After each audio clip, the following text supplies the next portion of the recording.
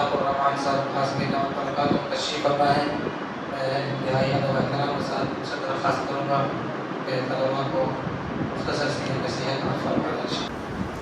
الحمد لله رب العالمين والصلاة والسلام على سيد الأنبياء والمرسلين وعلى آله وأصحابه أجمعين. قال الله تعالى: أعوذ بالله من الشيطان الرجيم. بسم الله الرحمن الرحيم. قل هو نبأ عظيم أنتم عنه معرضون.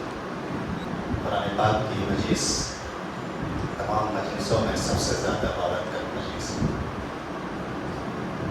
کیونکہ قرآن پاک سے زیادہ بابرکت کلام کوئی دنیا میں نہ رہا ہے نہ ہو سکتا ہے. اس مجلس سے بڑی مجلس کون سی ہو سکتی ہے؟ اس وقت میں اس قرآن کا نزول شروع ہوا، دنیا کس طرح سے شر میں ڈوبی ہوئی تھی، اور اس قرآن کی برکت سے کس طریقے سے دنیا خیر میں آئی ہے.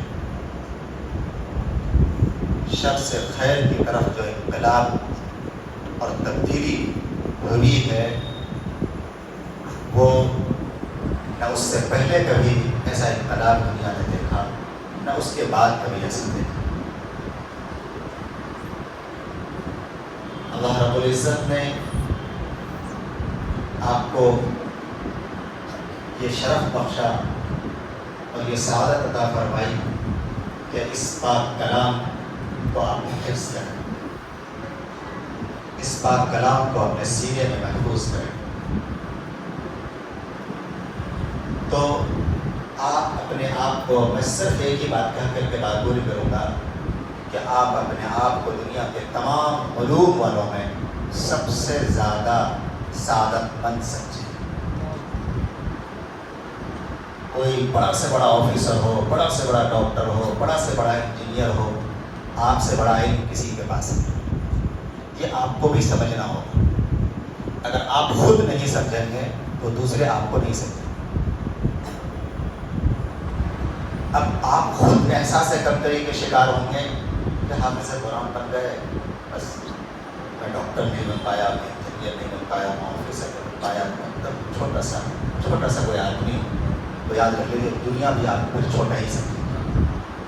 لیکن اگر آپ کہیں گے کہ ٹھیک ہو، اگر ڈاکٹر ہے تو میں اللہ کے کلام کا حافظ ہوں، تو اپنے آپ کو اگر اس طرح سمجھیں گے کہ میرے پاس اللہ تعالیٰ نے کوئی چھوٹا علم عطا نہیں فرمایا بلکہ تمام علوم میں سب سے بڑا علم عطا فرمایا، تو آپ اپنے آپ کو سمجھیے دنیا یقیناً آپ کو سمجھے. سمجھنے پر مجبور ہو. کمزوری اسی بات کی طرف ہوتی ہے کہ ہم خود اپنے آپ کو چھوٹا سمجھنے لگتا ہے. ہمیں چھوٹا نہیں سمجھنا ہے. اللہ کے پاک کلام اللہ رب العزت نے حفظ کرنے کا موقع عطا فرمایا، یہ سعادت عطا فرمائی. یہ سعادت معمولی سعادت نہیں، یہ سعادت بزور بازو نیست.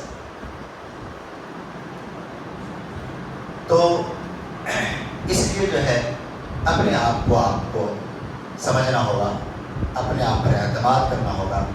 اور جب یہ مقام اللہ تعالیٰ نے آپ کو دے دیا ہے تو آپ کے 24 گھنٹے میں آپ کے ہر حرکات اور سکنات سے اس بات کا اظہار ہونا چاہیے کہ آپ کوئی بڑی شخصیت ہے، کوئی بڑی شخصیت ہے، کوئی چھوٹے بڑے آدمی نہیں، کوئی بڑا مقام رکھتے ہیں آپ. جو بڑا مقام رکھتا ہے ان کے ہر حرکات اور سکنات سے ایک بڑائی کا، ایک اعتماد کا اور ایک الگ سے اس کا اظہار ہوتا ہے.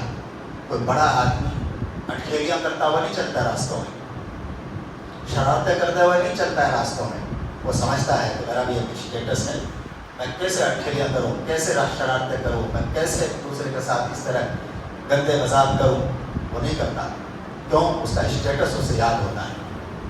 آپ کو بھی اپنا اسٹیٹس یاد کرنا ہوگا کہ آپ حافظ قرآن ہیں، آپ حفظ قرآن کر رہے ہیں، آپ اللہ کے رسول صلی اللہ علیہ وسلم کے مہمان ہیں.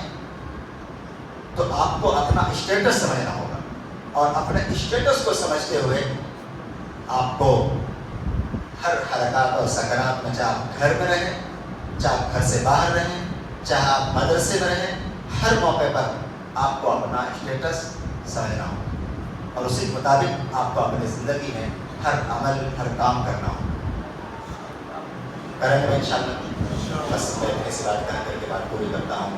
بڑوں کے سامنے زبان کھولنا اچھا نہیں لگتا ہے, لیکن تب بھی مولانا شاہد صاحب کا حکم تھا اس لیے میں نے دو تین باتیں آپ کے سامنے عرض کر دی ہیں. اللہ تعالیٰ ہم سب کو عمل کی توفیق عطا فرمائے.